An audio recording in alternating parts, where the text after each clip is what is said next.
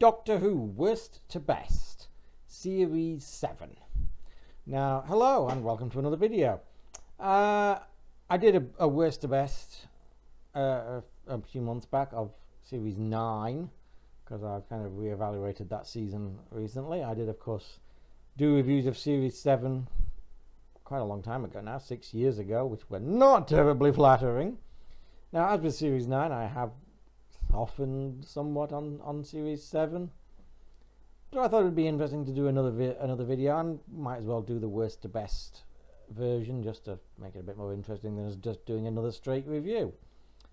Now then, how many episodes were there in... There were 12 episodes, weren't there? 13 episodes in Series 7, not counting the Snowmen and not counting the other specials. So which is the worst of the season? Well, I actually think it's kind of a tie.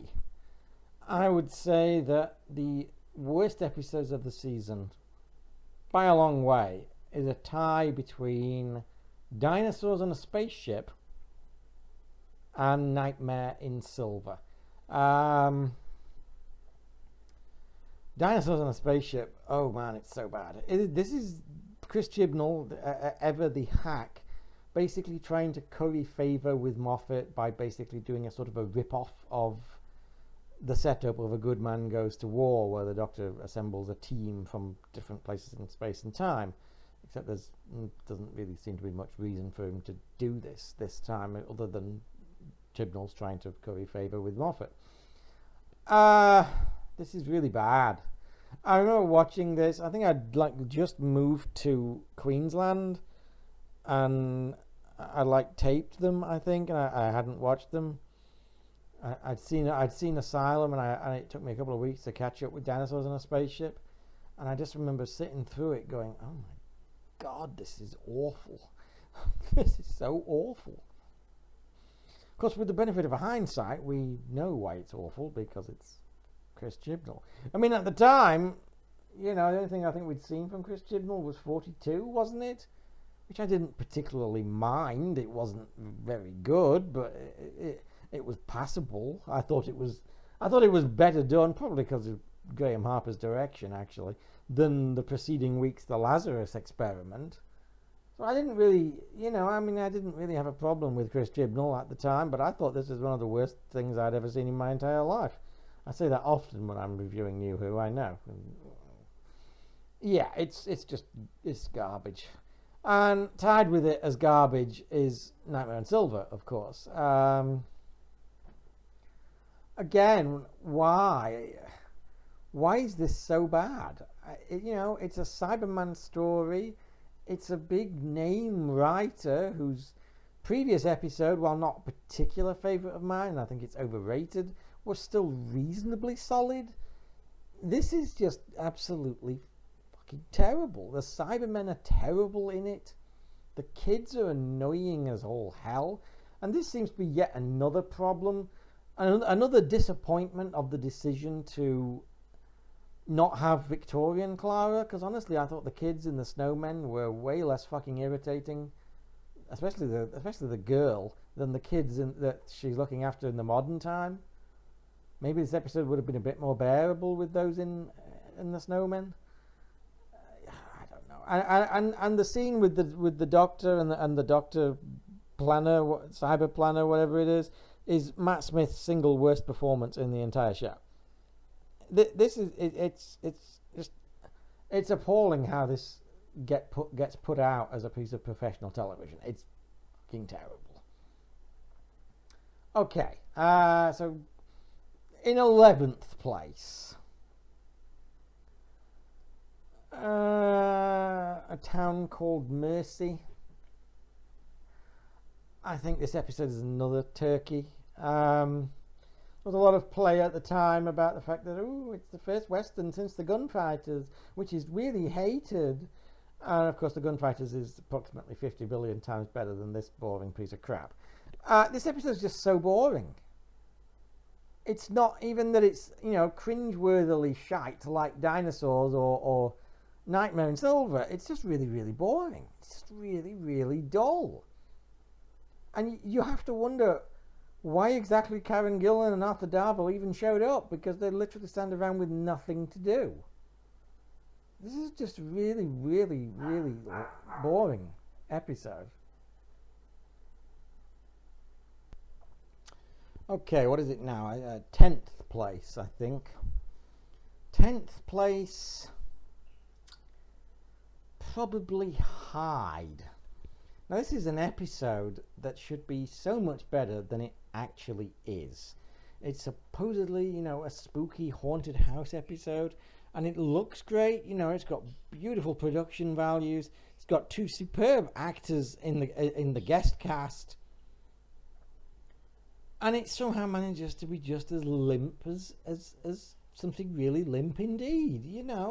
When you compare this to Ghostlight, it's not a very favourable comparison to this, because any potential atmosphere again is pretty much ruined the moment the Doctor and Clara turn up acting like idiots.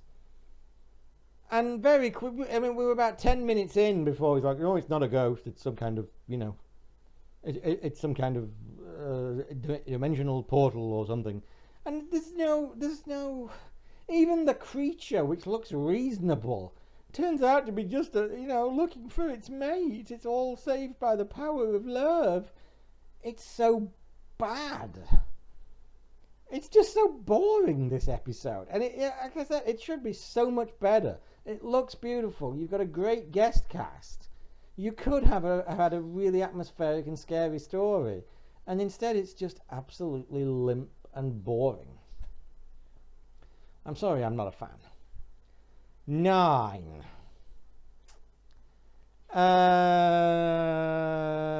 The Rings of Akaton, I guess.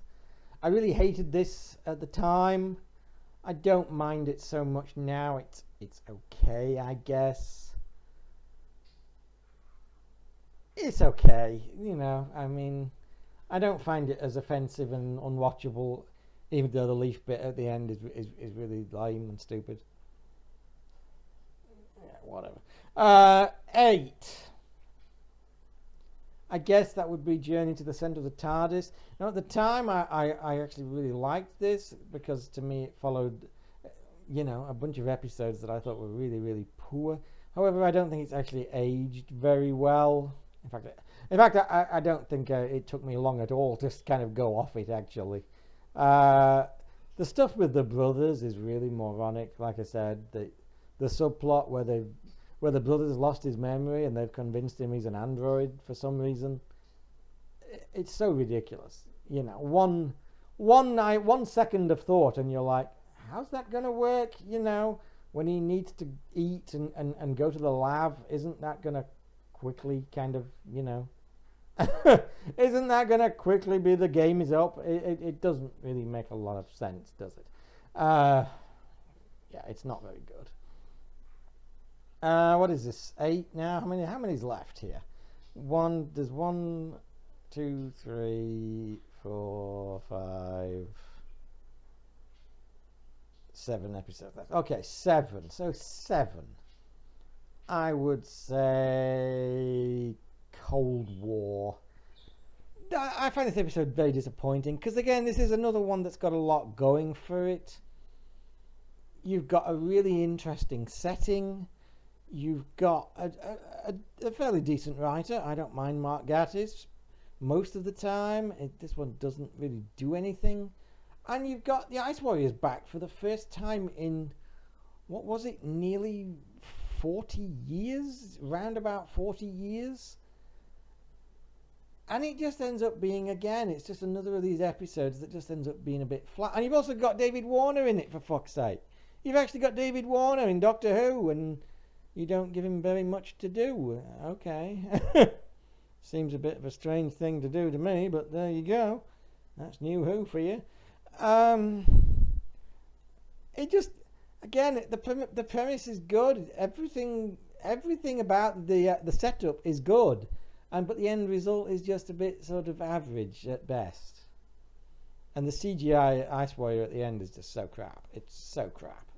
It's like, why? It's so crap. 6. Power of three, I guess. I like this more than I did at the time, though still not particularly very much. The first 2/3 are okay, I guess. They're kind of amusing. There's some nice stuff with the Doctor and Amy and Rory. I'm not a fan of the modern unit. I'm not a fan of Kate. I preferred the Kate and Downtime. I think, honestly, I love Unit, but I think the problem with modern Unit is that the reason we love Unit is the Brigadier. The reason we love Unit is Nicholas Courtney, dude, and Nicholas Courtney's dead. And they've never been able to come up with anyone even worthy of filling his shoes, let alone capable of it. It just doesn't seem to work with anyone else. It just ends up looking, yeah. I mean, I guess it's flattering in a way. It shows what an icon that guy was and is. They just can't replace him, dude. I'm sorry, they just can't. What are we on to now?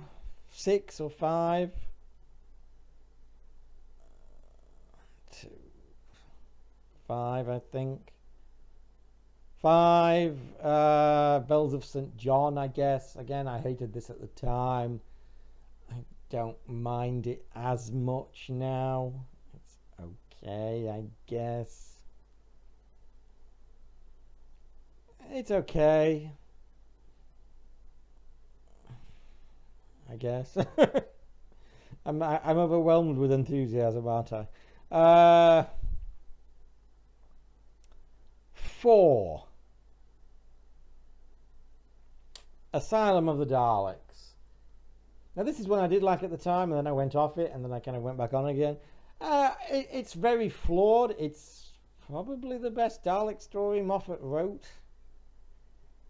He doesn't really seem to be that bothered about the Daleks, and I think it shows. I think this is okay. A lot of the setup doesn't really make a whole lot of sense, but the story itself is entertaining enough, you know. And I know a lot of people gripe about the Amy and Rory stuff, and with good reason. But I don't mind it on its own. I think the problem with it is that this is the problem that goes back to Series 6, in that we should have had this sort of thing after, you know, the River Song reveal and all of that stuff. And instead they seem perfectly fine for the rest of the season, and we only get some kind of emotional comeback here. And it almost feels like Moffat kind of went, yeah, I kind of fucked that up a bit. But it just feels like a little bit too late, because we're all kind of over it by now. Yeah. But the actors do a good job. And I do like the Oswin stuff and the twist. It's quite good. Yeah, it's not bad. I mean, I'd watch it. It's entertaining. 3. The Angels Take Manhattan. It's the worst of the Moffat Angels episodes. But and the ending, it doesn't make sense. It doesn't make sense. And the Statue of Liberty Angel is so stupid, it's painful. And yet for all that, I don't mind this episode. It's quite good. And even though the ending doesn't make any real kind of sense, it is quite emotional. And again it's the actors that sell it, really. You know, it's Karen and Matt who really sell that ending, I think. Okay, 2. Name of the Doctor. I think Name of the Doctor's pretty decent. Yeah, I actually really like Name of the Doctor. I mean, I enjoy the Paternoster Gang. It's nice to have them back. I think it's an atmospheric episode. Richard E. Grant's good. The Whisper Men are creepy. You know, it's all very atmospheric and it's that. Of course, the ending. You know, and the stuff. You know, the kind of the 50th anniversary stuff, I guess, is amusing. in many ways, this is a lot better than Day of the Doctor, actually. Yeah, I quite like Name of the Doctor. It's watchable. I don't ultimately like the War Doctor reveal because it's just, yeah. It started the canon breaking that led us down the road to where we are today, and we all know where that is. But I think this is a pretty solid episode. It's very entertaining. My favourite episode of the season, however, by a long way, and again, I know this is not a popular opinion because some people have no sense of humour and don't appreciate ghoulish gothic comedy horror. Well, tough shit. Get a life or something. About your taste, get some. If you can tell me which program that quote sort of comes from, I'll give you a cookie. Not really, but never mind. My favourite episode of the season by a long freaking way is the Crimson Horror. I think it's my favourite Gaddis episode, even though I do really like Night Terrors, and I have warmed a lot to Sleep No More. This is my favourite Mark Gaddis episode. I think this is Mark Gaddis really let loose and doing the kind of thing that he really likes doing, which is archly comedic horror. And I think this is just absolute wonderful fun. I really do. Love the Victorian Anna, love the Paternoster Gang are great fun. Really enjoy the structure of the episode where we're following the Paternoster Gang, and and then we find out what happened to the Doctor and Clara in flashback. Love Diana Rigg as the best villain of the season by a long way. Most of the villains in this season are really freaking lame. Half of them just need the power of love, and Diana Rigg is just an evil fucking bitch who's even been experimenting on her own freaking daughter. She is a prize bitch. And I love that. And the whole Mr. Sweet thing is kind of gross and interesting. You know, I did kind of wonder at the time if they were going to do maybe have Mr. Sweet be the Candyman. I think that would have been hilarious, actually. I'd have loved to have seen that. but I do like what Mr. Sweet actually is, as well as its ultimate fate, which is again hilariously blackly comic. I don't get why people don't like this episode. I'm sorry. I think the Crimson Horror is an absolute freaking hoot. It's exactly my sensibility in terms of being ghoulish and being darkly comic. And I think the guest cast are fabulous. I'm sorry, I love the Crimson Horror. It's my favourite episode of Series 7 by a long way. One of my favourite Smithies stories as well. Anyway, so that's Series 7. I still think it's one of Moffat's weakest. I still think it's Matt's weakest by a long way.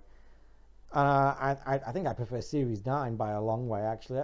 I actually kind of like Series 9. The only thing really wrong with Series 9 is that the opening and the closing. The mid episodes range from pretty good to actually really good. Whereas Series 7 is even some of the episodes I don't mind, they're just kind of okay. And there's only a couple of episodes that I really like, the best of which is by far the Crimson Horror. Yeah, it's definitely one of my least favorite Moffat seasons and my least favorite Smithy, but there's still some decent stuff in it. Anyway, that's it. I hope you enjoyed this video, and I will talk to you again soon.